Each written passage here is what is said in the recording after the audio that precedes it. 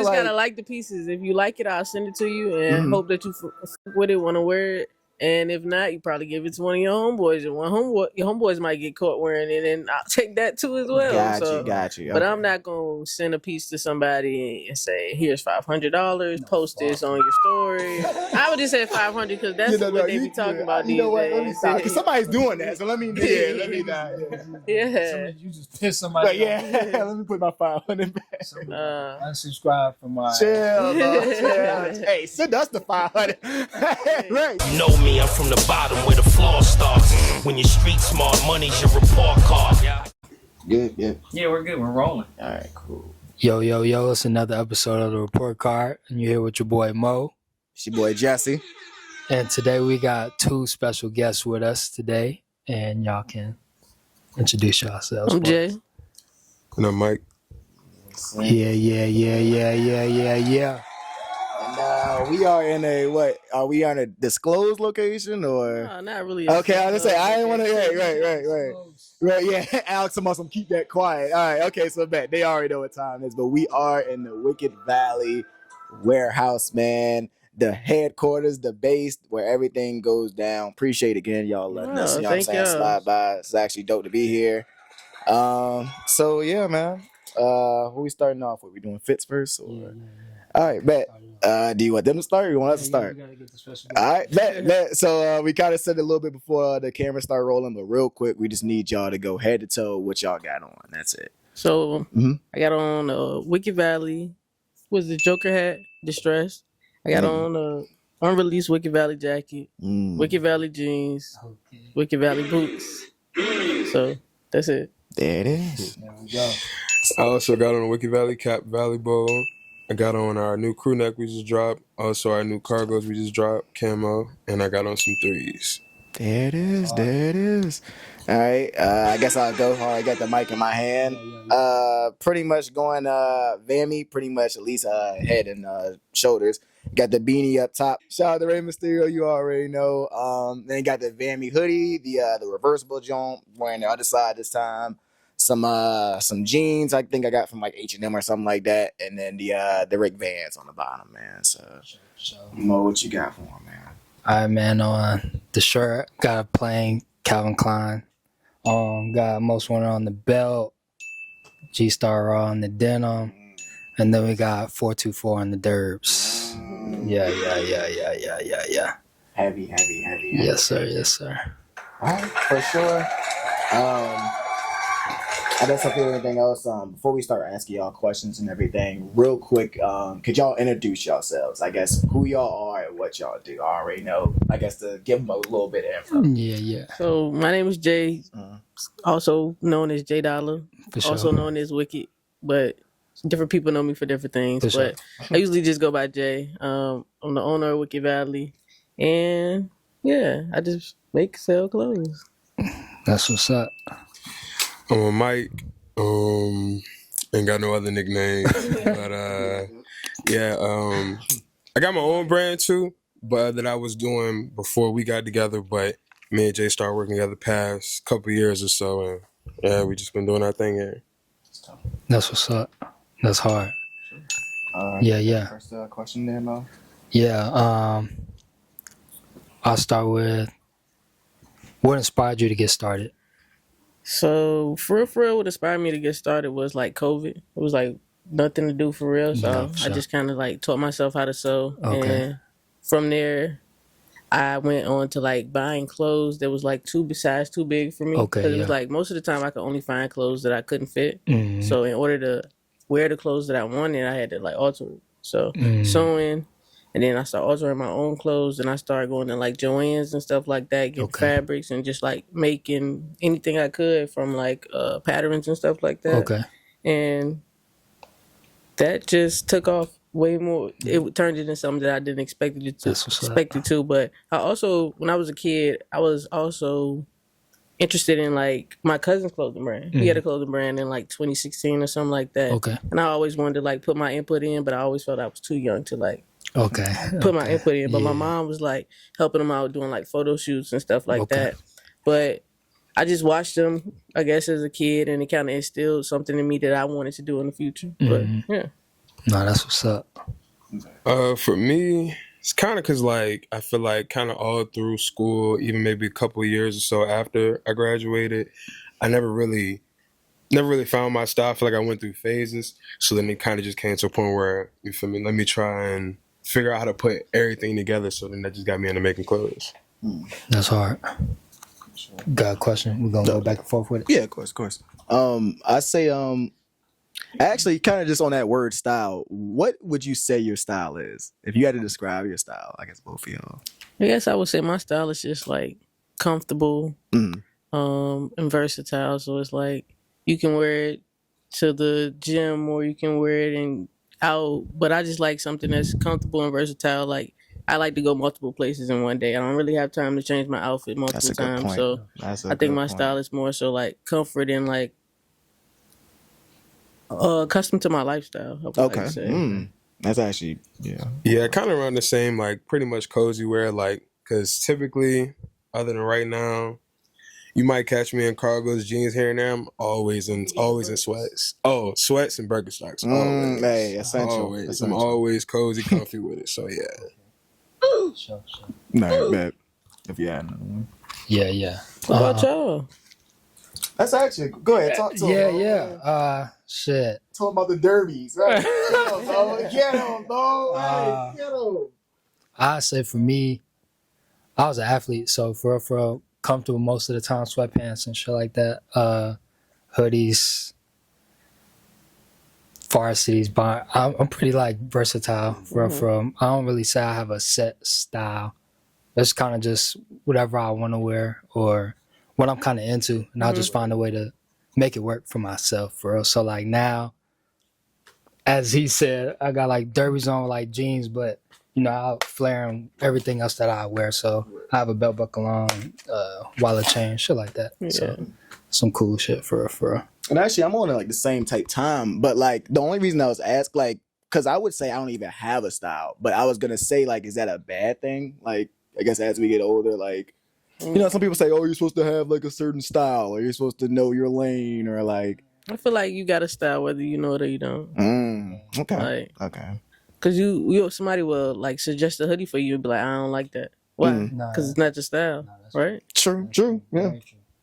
So yeah, because honestly, I was gonna be like, yeah, I just kind of wear what I like. Even it might not like match up into a certain style or lane, but I like this, I like that, so I'm gonna wear that. Yeah. Kind of like yeah. So yeah, that's kind of how I think about it. I guess kind of I'll ask another kind of question that you probably get a lot, but what makes y'all one of one? What makes you different from any other brand?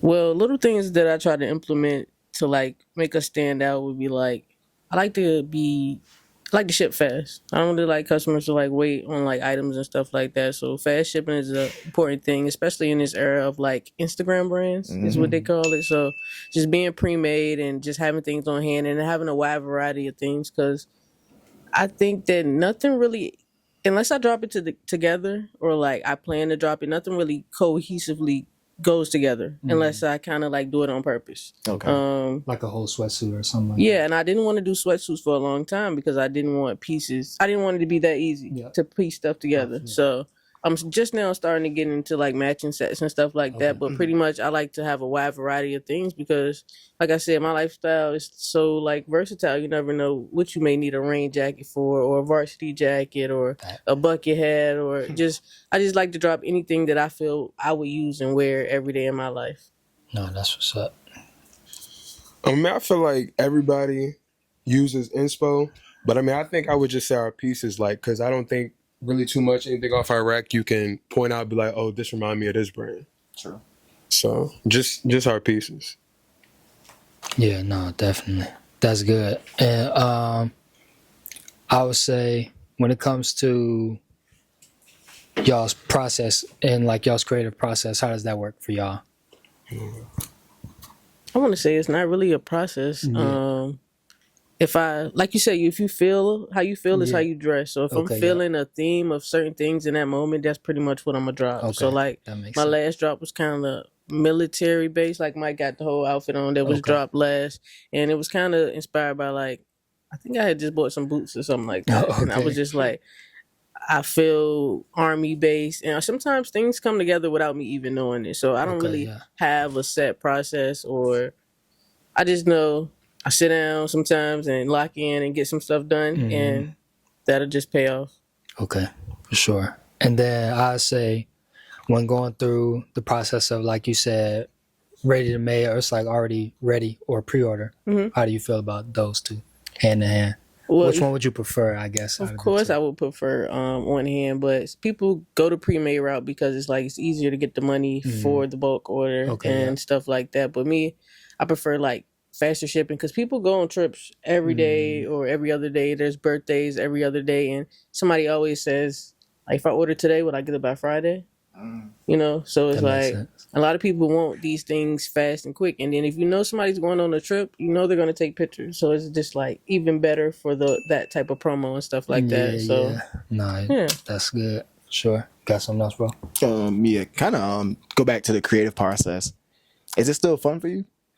I think it wasn't fun a little bit ago, like 2 or 3 months ago. It wasn't fun. So sometimes you just got to take a step back and like take a break from stuff and just not feel bad. So that plays into the part with like having stuff on hand already. So I don't have to stress about, oh, I need the next drop, because I have stuff on hand already that's like, I can still leave my website open and still make money from it instead of stressing about like, oh, I need to do this. So that on hand ability like gives me flexibility to like have fun with it still, because it's like I'm not stressed about selling out of the next drop so quickly, because I still have pieces from other drops, and it kind of gives me time to like develop and play with things, because everything I drop wasn't sampled like right away. Some items take a year or something like that. So just taking my time with it and making sure I still do have fun and not putting too much pressure on myself. Okay. Got you. And then my second question would be, I kind of always wanted to ask like brand owners this. So like, let's say you drop an item, it's hot, sells out, you know, first week, first day, whatever. Like, okay, the only thing I can just think about this in my head. You know, I work at the locker room, so I see all this stuff all the time, all day, every day. So, like, for one example, I think it was last year, the cargo pants that had the multiple pockets, them shits was on fire, bro. I'm gonna let y'all know right now, that shit was on fire. So, my question is, like, what makes you stop wanting to sell an item? Because you would think like, oh, those kept selling out. You would think you would keep selling those now, or like keep dropping, or drop different colors, or just what makes you be like, let's move on to the next, or let me not do too many restocks. Yeah. Well, I did a lot of the moto hoodies. I did a lot of those, but specifically talking about like the pants and stuff like that. Or in general, yeah. It's just like you can see how fast something sells. Like you said, it's hot, it's going fast. You're selling out. But then you see when it slows down as well. So it's like, is it worth ordering another load of these items knowing that it may take few more months to get gone? And then when you drop matters as well. So say I dropped them in April and they're going fast, they're going quick, and I decided like, oh, let me get more. It's summertime now. It's too late, you know? So you can double back on like items if you want to. But when I double back on items, I like to ask the customers and to get feedback first before I like just decide to restock. And like I said, I don't like to get too stuck on items, because I feel that just gets me in a lazy mode, I want to say. Okay. Agreed. And something else I wanted to ask, that you kind of was about to speak about it with that. I was going to say, does the customer matter in the sense of when you're creating like what you want? Because I know some people are owners, they get caught up in what's the next trend, what does everybody want? And then it starts to like alter how they originally think about their process of how they want to create. So it kind of like shifts them away from what their original vision was, in a sense.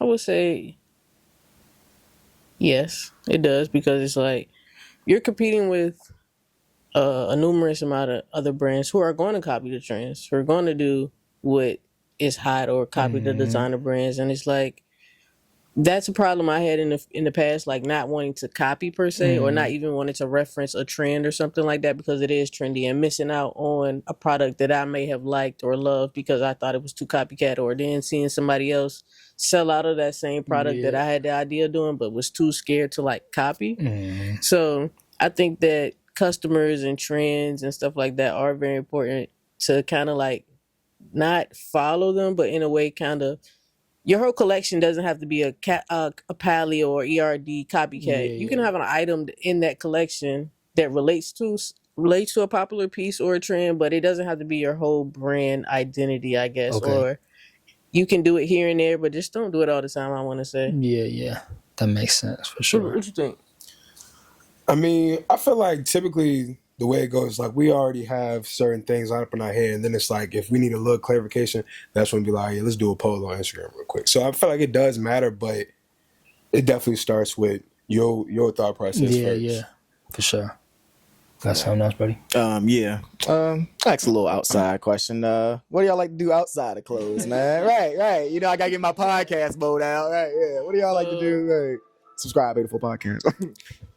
So when I'm not doing anything brand related or anything like that, but I really like to do my brand, especially like when it comes to like putting together pop-ups and stuff like that. I like to meet the people who's buying my clothes, and I used to not be the most social person, so then the fact that the brand allows me to be social, I like that too. So but other than that, I'm probably gonna be in the gym doing something active. I was playing tennis earlier today.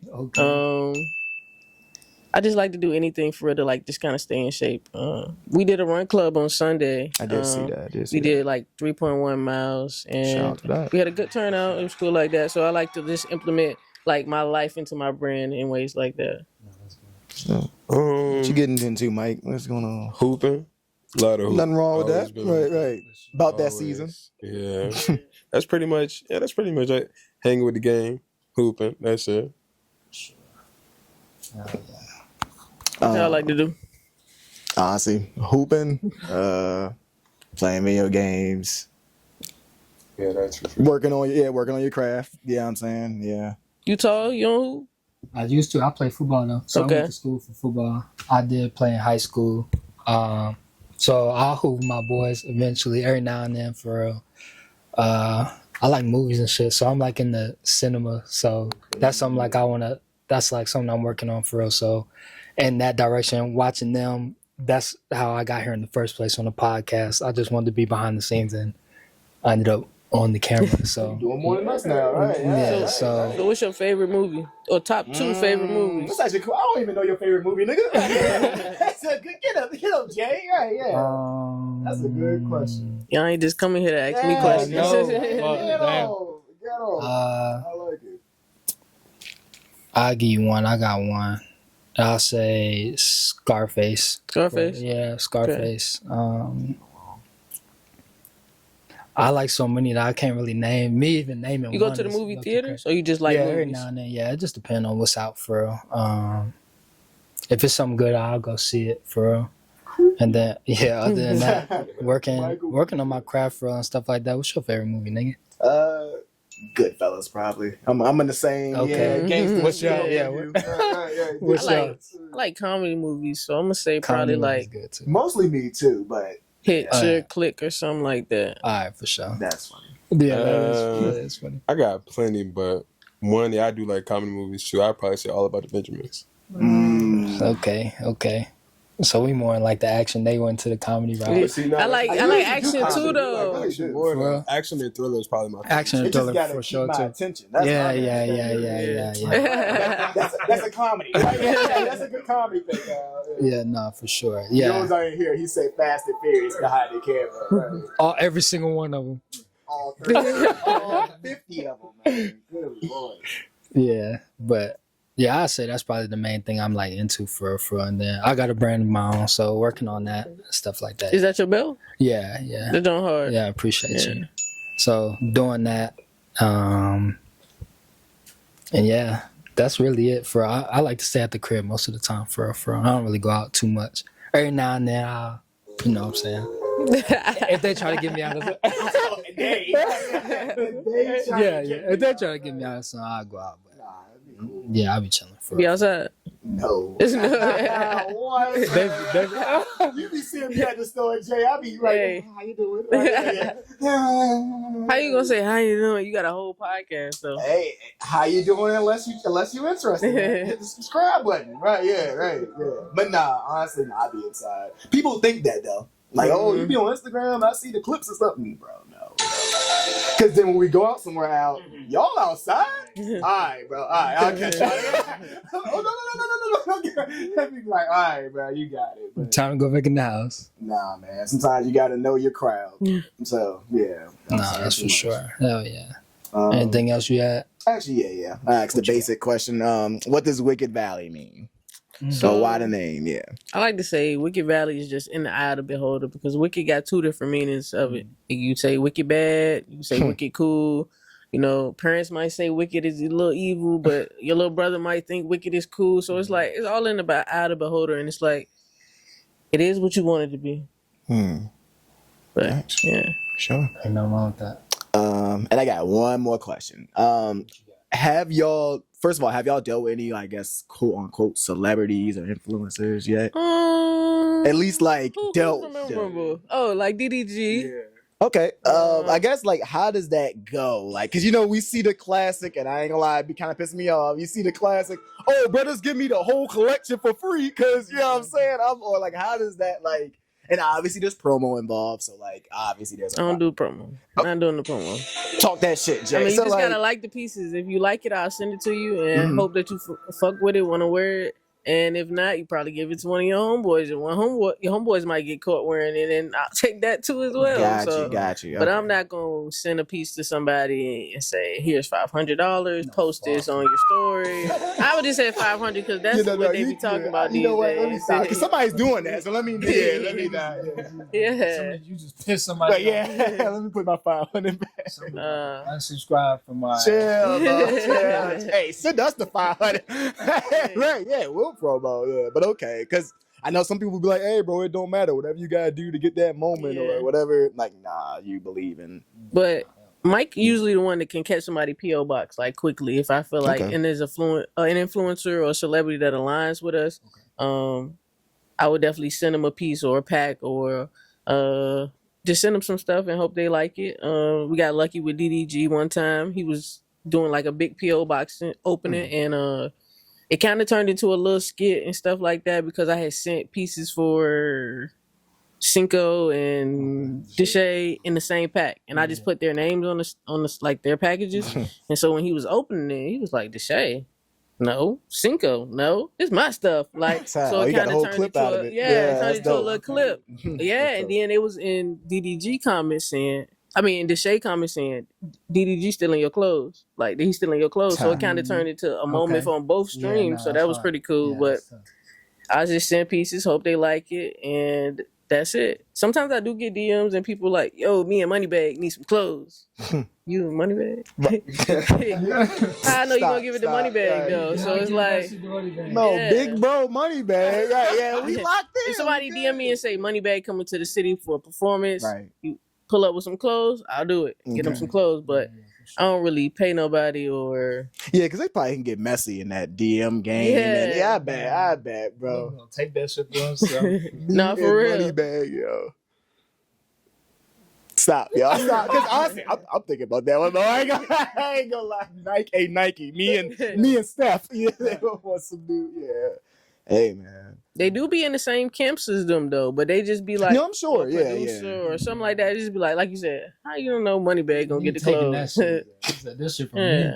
Hey, at least you know it's fire, though. Right. This one's stealing. Right. That means good. This is homie Moneybag, nigga. Somebody did drop the sauce on like sending clothes to the practice facilities of NBA and NFL players. Yeah. I never thought about and I kind of think that method works because one time an NBA player did order off the site and I did look the address up and it was the practice facility address. So I kind of knew early on that was like a way to get celebrities and like athletes in your clothes. And it's not like sending it to their crib. So that's probably where they get a lot of shit. That's probably where they get their shoes sent. That makes actually all the sense in the world. Okay, because I'm not giving you my address as a hell nah. So send it to the Hornets, nigga. Right, and then Jimmy will get it together. Yeah, that actually I never thought about that actually. That makes all the sense in the world. Because now you see the pictures of all the shoes and all the stuff. Okay, it makes sense. That makes sense. That do make a lot of sense for that. Did you got any questions, Brody? Let's wrap up. Nah, if you got one more. What's next for this year? I guess if y'all can tell us anything, you know what I'm saying. Right. Hopefully, a lot more consistency, a lot more drops than last year. Hopefully, a lot more in-person pop-ups, specifically at Locker Room. Hopefully, Oh, of course. Dope. new pieces, sets, matching sets is new. I don't know what else you think new. Just a whole lot of weight. Just a whole lot of weight. Fire. Yeah. Sure. I'm sorry, I got one last question. No, What's it's the cool. hardest part about it for both of y'all? All right, but yeah, we might as well get all the questions we got out. What's the most difficult part for you? The most difficult part is like people don't be understanding you a small business or a small brand, and it's like I can get your order out as quick as possible, sir. I cannot get it out the same day you ordered it, or like people don't be understanding. Like mistakes do happen, and it's one or two people packing a numerous amount of orders, and things do get mixed up and stuff like that. But customers don't understand how to read. I don't know. They don't know how to read for real, because a lot of things are in the captions or in the DMs, and they'll still message me and say, "When does this drop?" Or like, I missed the part where that's my definitely missed the part where that's my problem. But The date is the caption. When that should drop?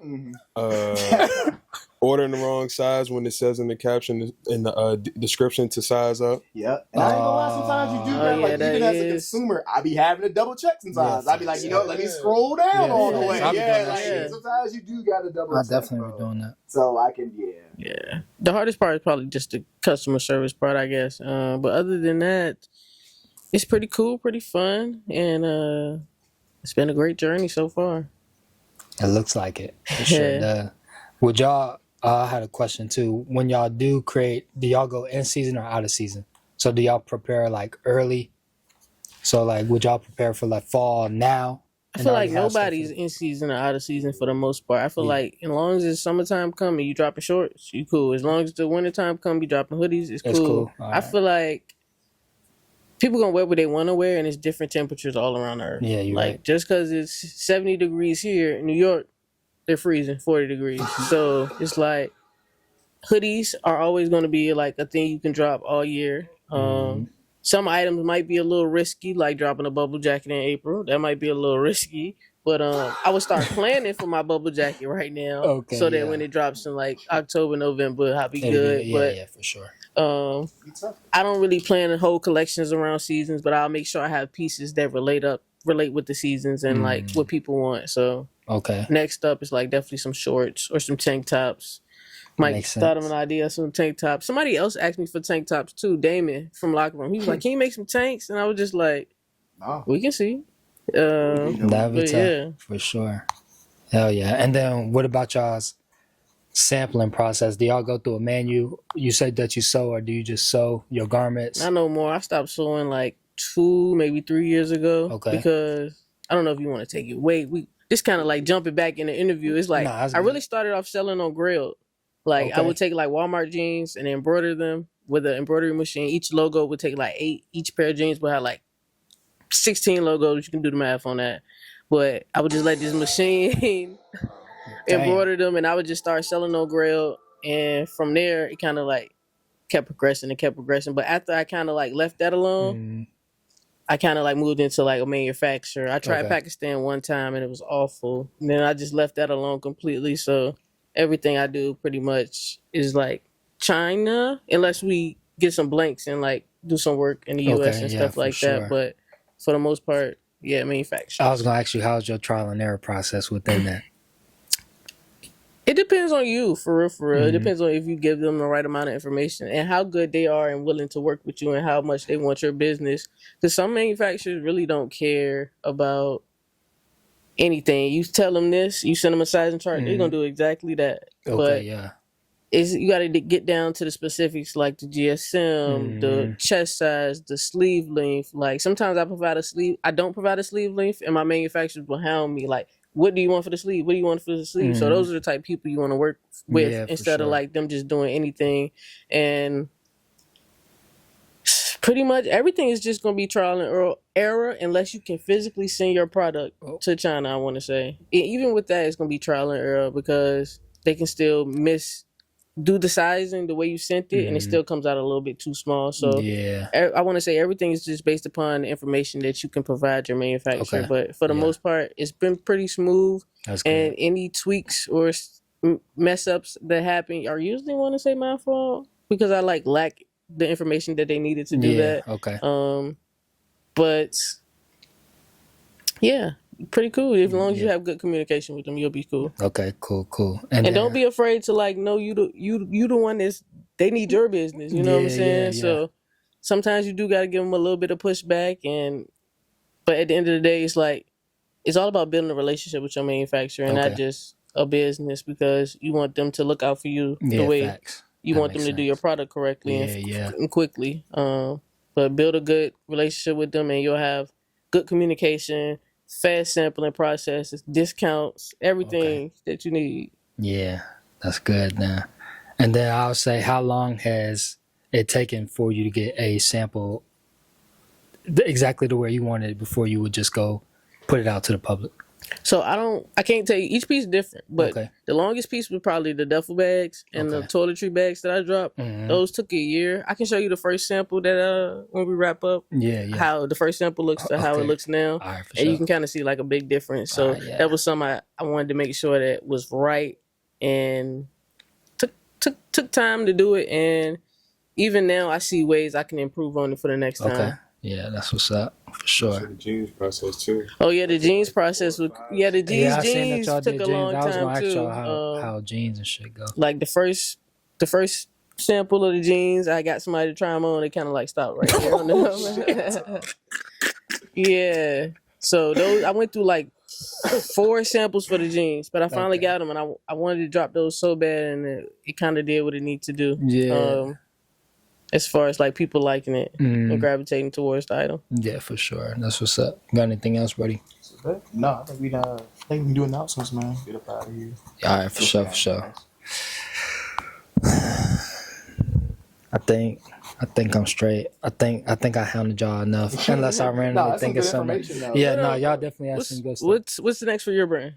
What's next for my brand? So right now I'm in the film process for my stuff. Yeah, how I want to present everything. So really that. So really I've been filming behind the scenes on everything. I kind of already have the first thing I will drop. So I'm making everything kind of like a rollout process. So I don't have to worry about, like you was talking about, what the fuck am I about to Yeah, everything's already kind of planned out for me for real. So it's just about bringing it to the people for a debut.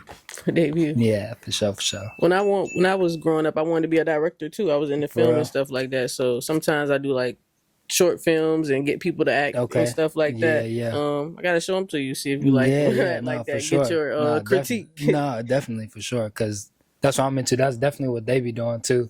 So it's a it's a world that can be built around everything for real. So yeah, definitely show me. We can look at it. Yeah, hell yeah. We can do something in the future too. Yeah, you know definitely. Always looking for people who are willing to be a part of something like that. And it's they don't need too much coaching. No, for sure. We can definitely do it. Got some announcements for the peoples. Sure. Yeah, y'all go first. Y'all got any announcements for the people? So pretty much any shout outs, announcements. Yeah. Anything you want to say? Yeah, anything. Out of here. So you start with you, Mike. Oh man. It could be something. Yeah. Anything. Where they can find you, shit like that. Yeah. You can find me on my gram at idfk.mike. And like I said a few minutes ago, man, a whole lot of wick this year. My brand coming back to No Relation. So yeah, just be on the lookout for us, because we're going to put it in y'all faces all year. That's what we like to hear. So this year, you can look out for just more drops, more consistent drops. More pop-ups in person, so hopefully we get to hit a few places that the brand can take us and do our own pop-ups and stuff like that, rather than be a part of a streetwear or something like that. I want to see what the brand can do on its own and stuff like that. I think y'all be straight for real. But yeah, hopefully we can hit the DMV this summer or this spring and bring some pieces, exclusive pieces, unreleased pieces to the people. Yeah, just show love. For sure. For me, shout out J1 Day 1, 804 Podcast. all the viewers watching the report card. Appreciate y'all. Want to thank y'all for allowing us to come in y'all's dojo. Yeah, where the beauty happens. And yeah, shout out everybody doing what we doing, man. Keep it going. Sure. Shout out to everybody once again that's watching. Hit that like button, hit that subscribe button. Shout out to Wicked Valley again. Shout out to Most Wanted, man. You know what I'm saying? Be on the lookout for that. You know what I'm saying? God damn it. Y'all heard it. So, you know what I'm saying? And yeah, shout out to Alex behind the camera. You know what I'm saying? On the ones and twos. Always need. And yeah, I guess go ahead and take us up out of here, Mo. Yeah, I think that's pretty much it, yeah. Yeah, man. So there's been another episode of the report card with your boy Mo. Jesse. And then we got Jay, Mike. Hey man. Appreciate y'all. love from the valley. Come on, Stone Cold. Come on, Stone Cold. Yeah, come on, Stone Cold. Last of that. So we'll probably do pictures while we sitting down. Okay. I know we usually do like that. You didn't hit record. Yeah, No, I didn't. You know I didn't. Hey, great job, guys. We got to do it again.